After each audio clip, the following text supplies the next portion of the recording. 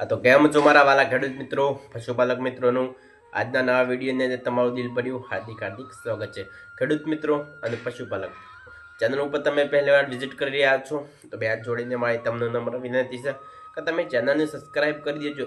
Video ने एक like button है ते दबाववानुं न भूलता। तो मित्रों आजना विडियो ने अंदर बात करवानी छे घणा जे पशुपालकोना आवा प्रश्नों आपणे जोवा मळता होय छे जे ताजू वेवेलुं पशु जे वधु दूधना फेट आपणे नथी मळता જ્યારે આપણું દૂધ ઓછું હોય છે ત્યારે તેના બહુ ફેન્ટ જોવા મળે છે। આ કઈ રીતે થતું હોય છે તે આજના વિડીયોની અંદર આપણે સ્ટેપ બાય સમજવાના છીએ। તો ચાલો વિડીયોમાં આગળ વધીએ। दूधना फेटમાં ફેરફારના મુખ્ય કારણો। 1. દોહવાનો સમય મિલ્કિંગ ઇન્ટરવલ। સામાન્ય રીતે સવારના દૂધ કરતાં સાંજના દૂધમાં ફેટ વધારે હોય છે કારણ કે સવારના દોહન અને સાંજના દોહન વચ્ચેનો સમયગાળો આશરે 12 થી 14 કલાક, સાંજના અને સવારના દોહન આશરે 8 થી 10 કલાક વચ્ચેના સમયગાળા કરતાં વધારે હોય છે। લાંબો સમયગાળો હોય તો દૂધની માત્રા વધારે આવે પણ ફેટનું પ્રમાણ ઓછું થઈ જાય છે। 2. આહાર અને પોષણ ડાયટ એન્ડ ન્યુટ્રિશન।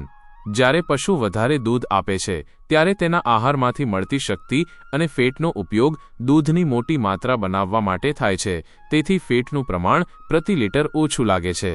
જો પશુના આહારમાં રેસાવાળો ખોરાક જેમ કે સારો ઘાસચારો, સૂકો ચારો ઓછો હોય અને દાણ કોન્સન્ટ્રેટ વધારે હોય તો પણ ફેટનું પ્રમાણ ઘટી શકે છે, ભલે દૂધનું ઉત્પાદન વધે। 3.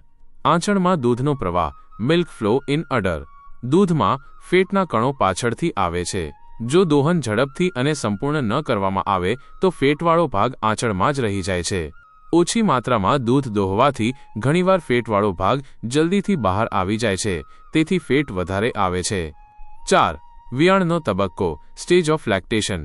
વિયાણ પછીના શરૂઆતના સમયમાં દૂધનું ઉત્પાદન સૌથી વધુ હોય છે, ત્યારે ફેટનું પ્રમાણ ઘટેલું હોય છે। જેમ જેમ વિયાણના દિવસો આગળ વધે છે અને દૂધનું ઉત્પાદન ઓછું થાય છે તેમ તેમ ફેટનું પ્રમાણ વધતું જાય છે। ફેટનું પ્રમાણ જાળવી રાખવા માટેના ઉપાયો। 1. દોહનનો સમય નિયમિત રાખો।